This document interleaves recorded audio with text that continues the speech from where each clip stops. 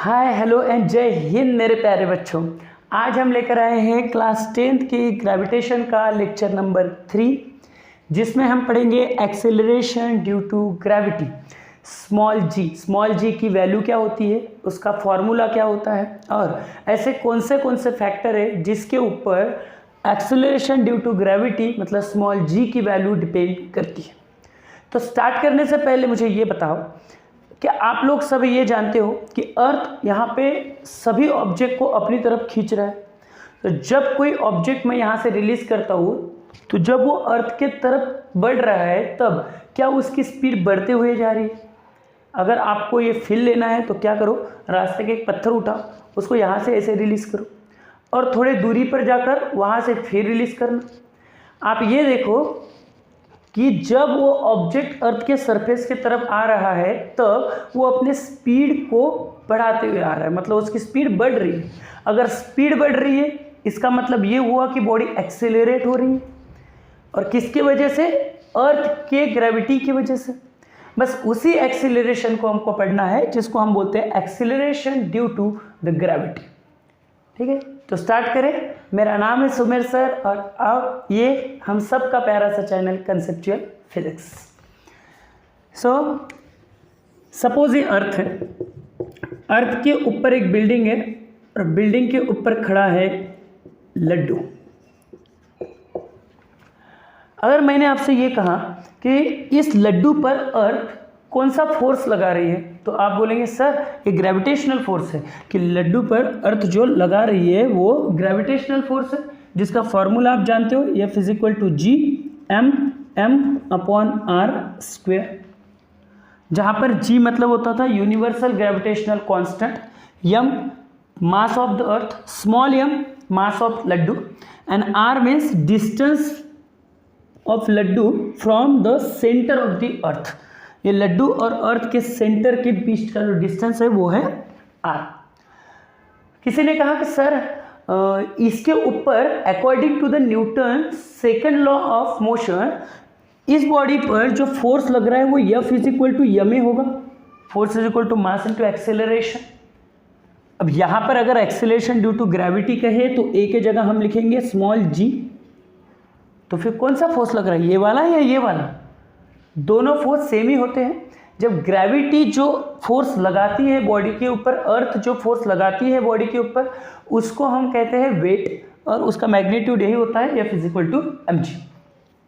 समझो हम इसको इक्वेशन देते हैं, ये इक्वेशन नंबर 2, ये इक्वेशन नंबर 1। अगर हम ये दोनों इक्वेशन को इक्वेट करें तो क्या होगा, एम जी बराबर यहाँ पे G M upon R square, यहाँ स्मॉल एम से स्मॉल एम मर गया तो स्मॉल जी की वैल्यू आई capital G M upon R square. इस फॉर्मूले को गौर से देखो, यहाँ पर कौन से टर्म्स आपको दिखाई दे रही है। कैपिटल जी एक्सेलरेशन अपना universal gravitational constant, capital M जो कि है मास ऑफ द अर्थ, और कैपिटल आर जो है रेडियस ऑफ द अर्थ मतलब अर्थ से लेके उस ऑब्जेक्ट तक का डिस्टेंस। क्या आपको इसमें कहीं भी बॉडी का मास दिखाई दे रहा है? नहीं। इसका मतलब ये हुआ कि acceleration due to gravity is independent of the mass of the object, म्हणजे acceleration due to gravity body के मास पे डिपेंड नहीं करता। मतलब अगर यहाँ पे लड्डू है तो लड्डू पर जितना जी की वैल्यू लग रही होगी, कोई बड़ा सा मास भी अगर वहाँ पे होता तो भी उस पर उतना ही एक्सेलरेशन ड्यू टू ग्रेविटी लगता। ठीक है, ये कितना है तो समझो, अगर मैं इसमें वैल्यूज पुट करूँ, कैपिटल जी की वैल्यू आप जानते हो 6.67 इंटू 10⁻11 न्यूटन मीटर स्क्वायर पर केजी स्क्वायर। कैपिटल एम की वैल्यू है 6 इंटू 10⁻24 केजी। कैपिटल आर होता है 6.4 इंटू 10⁻6 मीटर्स। ठीक, ये जो वैल्यूज़ है ये ग्रेविटेशन के लेक्चर नंबर 2 में हमने बताई थी, जहाँ पे हमने यूनिवर्सल ग्रेविटेशनल लॉ को कंप्लीट किया था। किसी ने भी वो लेक्चर नहीं देखा होगा तो डिस्क्रिप्शन में हम उसका लिंक डाल देंगे। आप पहले ग्रेविटेशन के लेक्चर नंबर 2 को देखिए और बाद में इस लेक्चर पर आए। ठीक है, देखिए जब हम इस वैल्यू को यहाँ पर पुट करते हैं, small G 6.67 into 10⁻11 into capital M 6 into 10⁻24 kg upon R हो गया 6.4 इंटू 10⁻6 मीटर का स्क्वायर। अगर हम इसको कैलकुलेट करें 6.67 इंटू 6, आपको बताया कैलकुलेशन के वक्त हमने बताया था कि 10 टू द पावर के टर्म एक तरफ रखना है और बाकी एक तरफ, तो अपॉन 6.4 का स्क्वायर है तो 6.4 इंटू 6.4 इंटू देखिए 10 टू द पावर -11, यहाँ पे 10 टू द पावर 24 और नीचे 10 का पावर हो गया 6 टू द 12। अगर इस 10 के पावर को हम ऊपर लेकर जाए तो ये पूरा कैलकुलेशंस क्या होगा, यहाँ पर इसकी वैल्यू आती है 0.977 इंटू ये -11 प्लस 24 कितना हुआ 13 और 12 प्लस में है ऊपर गया तो 10⁻12 तो 13 - 12 ये हो जाएगा 10 टू द पावर 1। तो इसकी वैल्यू पूरी कितनी आई, नियर अबाउट 9.77 मीटर पर सेकंड स्क्वायर।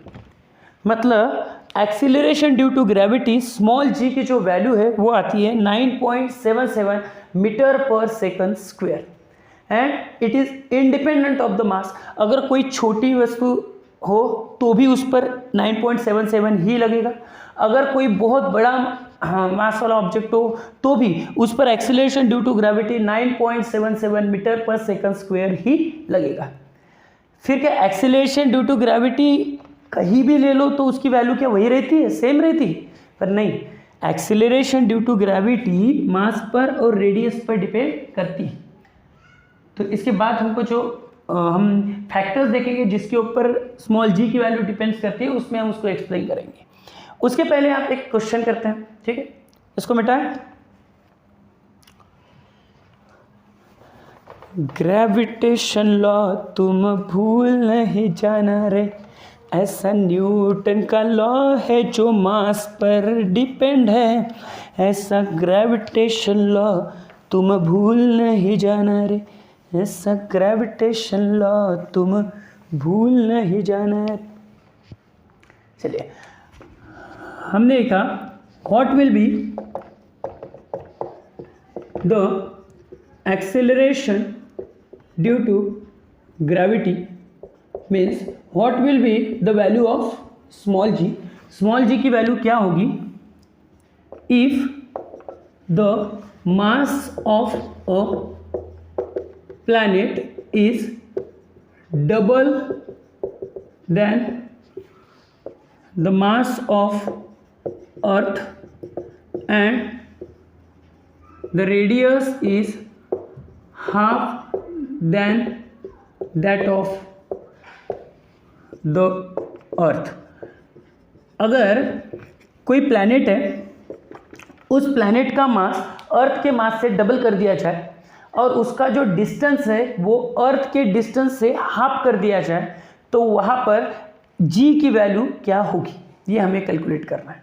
तो सबसे पहले हम क्या करते हैं, अर्थ पर जी की वैल्यू क्या है ये कैलकुलेट करते हैं, जो कि हमने अभी की।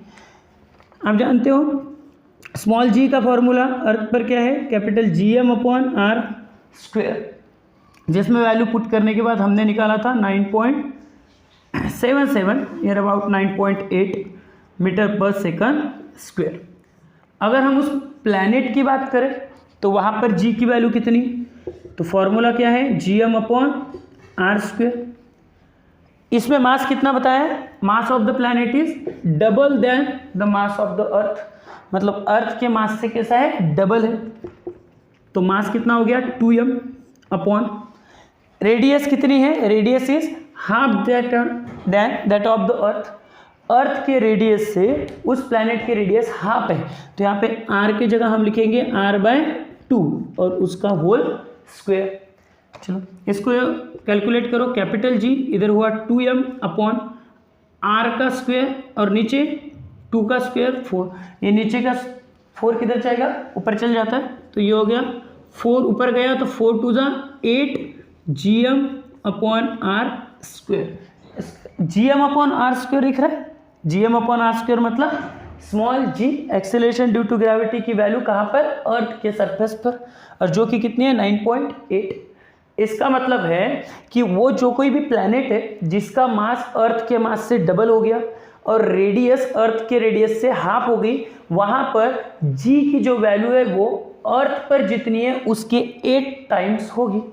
आप इसमें सिर्फ वैल्यू पुटअप करो, 8 इंटू 9.8 कितनी हुई, 8 8 64 4 7 6 8 9 72 73 74 75 76 77 78 78.4 मीटर पर सेकंड स्क्वायर। मतलब उस प्लैनेट पर स्मॉल जी की वैल्यू होगी 78.4 मीटर पर सेकंड स्क्वायर। समझ में आया? चलो उतार लो।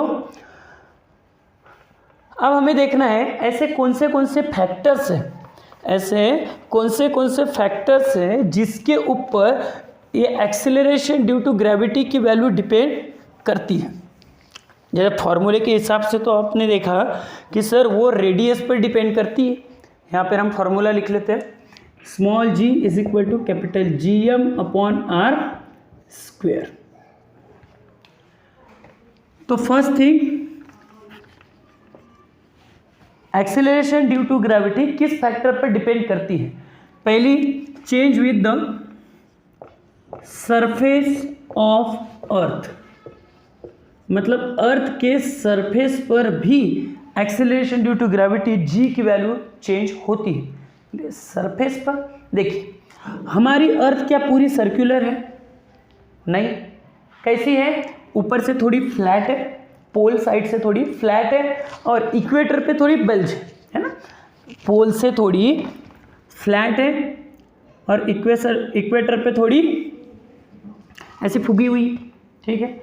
मतलब अगर हम सेंटर से इसका डिस्टेंस देखें, ये पोल है, ये इक्वेटर है, अगर हम सेंटर से इसका डिस्टेंस देखें तो क्या आपको ऐसा नहीं लग रहा कि पोल तक का जो डिस्टेंस है वो कम है और इक्वेटर तक का डिस्टेंस ज़्यादा है?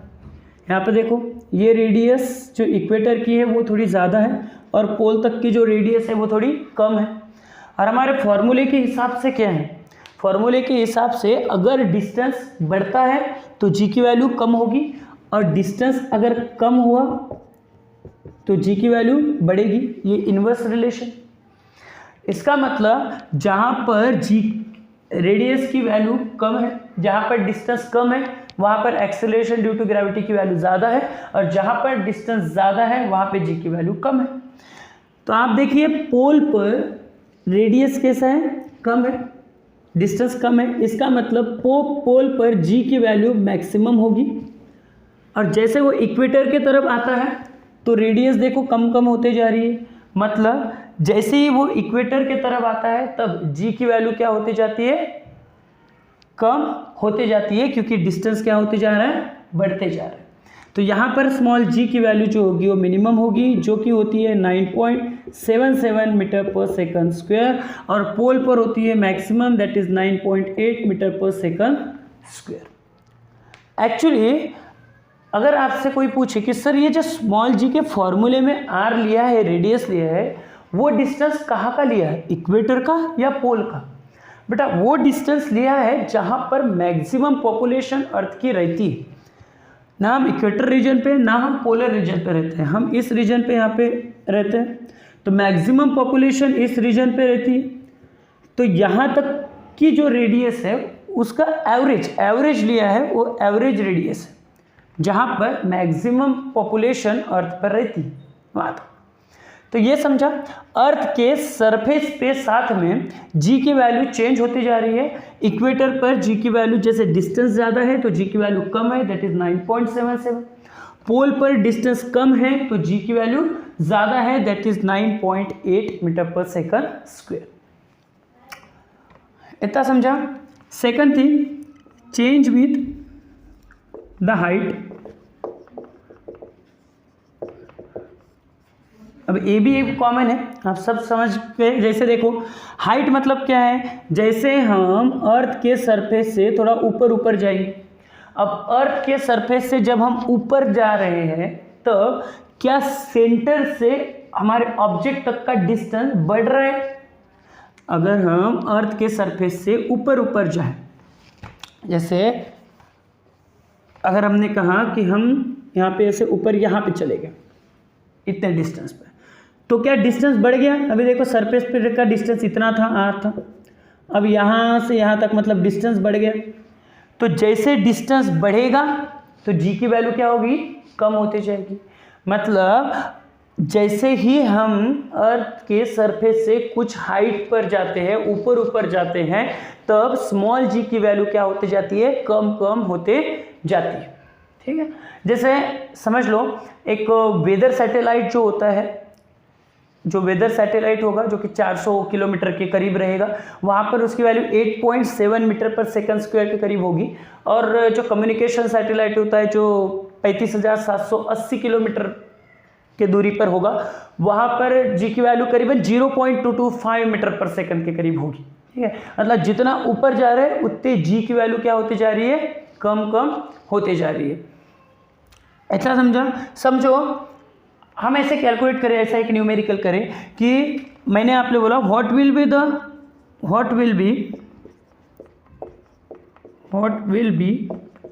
The value of G, what will be the value of g if an object is at 2r distance from the surface of earth।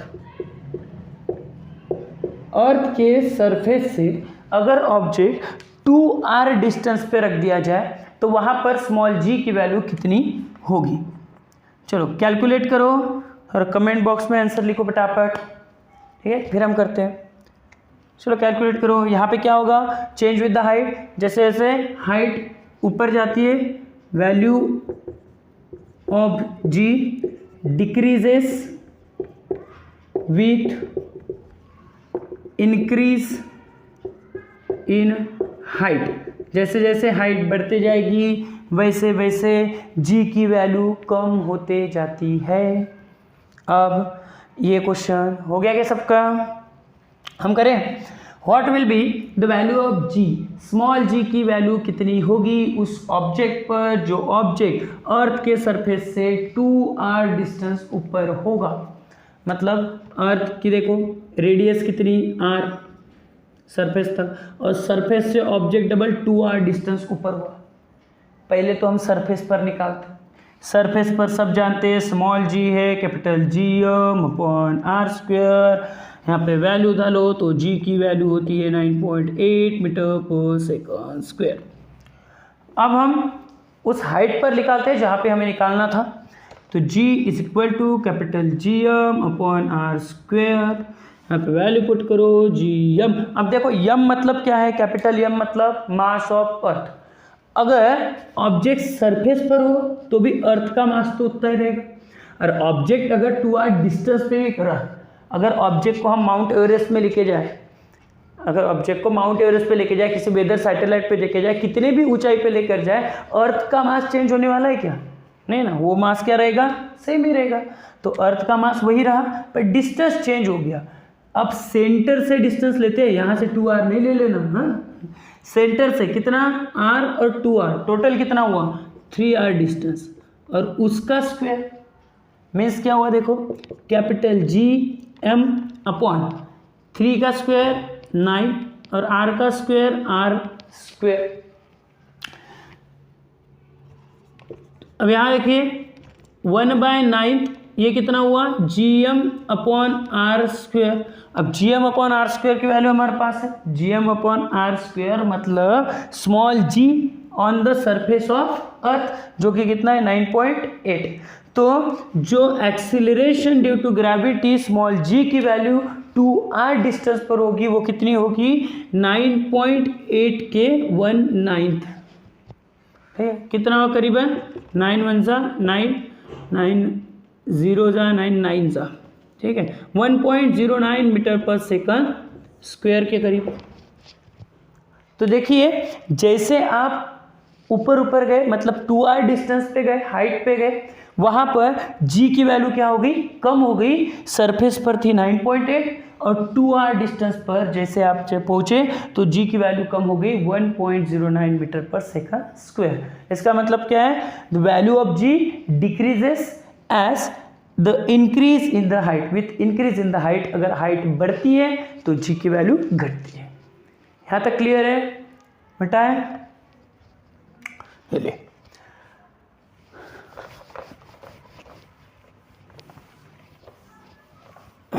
F is equal to G M M upon R square, gravitation law तुम भूल नहीं जाना रे, gravitation law तुम भूल नहीं जाना रे। चलिए ग्रेविटेशन लॉ मत भूल जाना।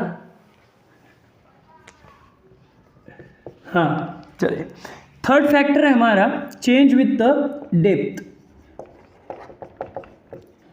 मीन्स अभी तक हमने क्या किया, अर्थ के सरफेस पर, जैसे अर्थ हमारी, अर्थ के सरफेस पर अगर कोई ऑब्जेक्ट मूव कराए, अर्थ के सरफेस पर हमने देखा कि जी की वैल्यू चेंज होती है according to the distance. Distance अगर बदल रहा है तो जी चेंज हो रहा है। हमने देखा कि अगर कुछ हाइट पर आप लेकर गए, किसी बंदे को यहाँ से उठाकर कुछ हाइट पर आप माउंट एवरेस्ट पे लेके जाते हो, कोई सैटेलाइट में बैठा के उड़ा देते हो, तो कुछ हाइट पर लेके गए तो भी जी की वैल्यू उसके लिए चेंज होगी।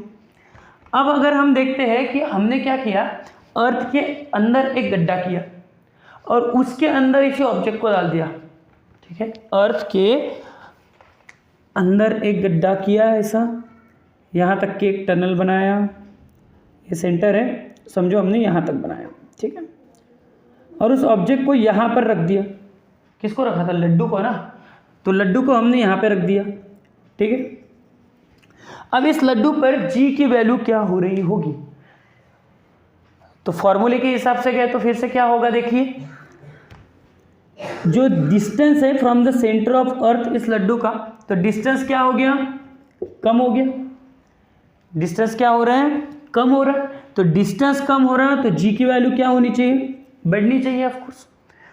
तो जैसे हम डेप्थ में जाएंगे तो जी की वैल्यू क्या होगी? बढ़ेगी?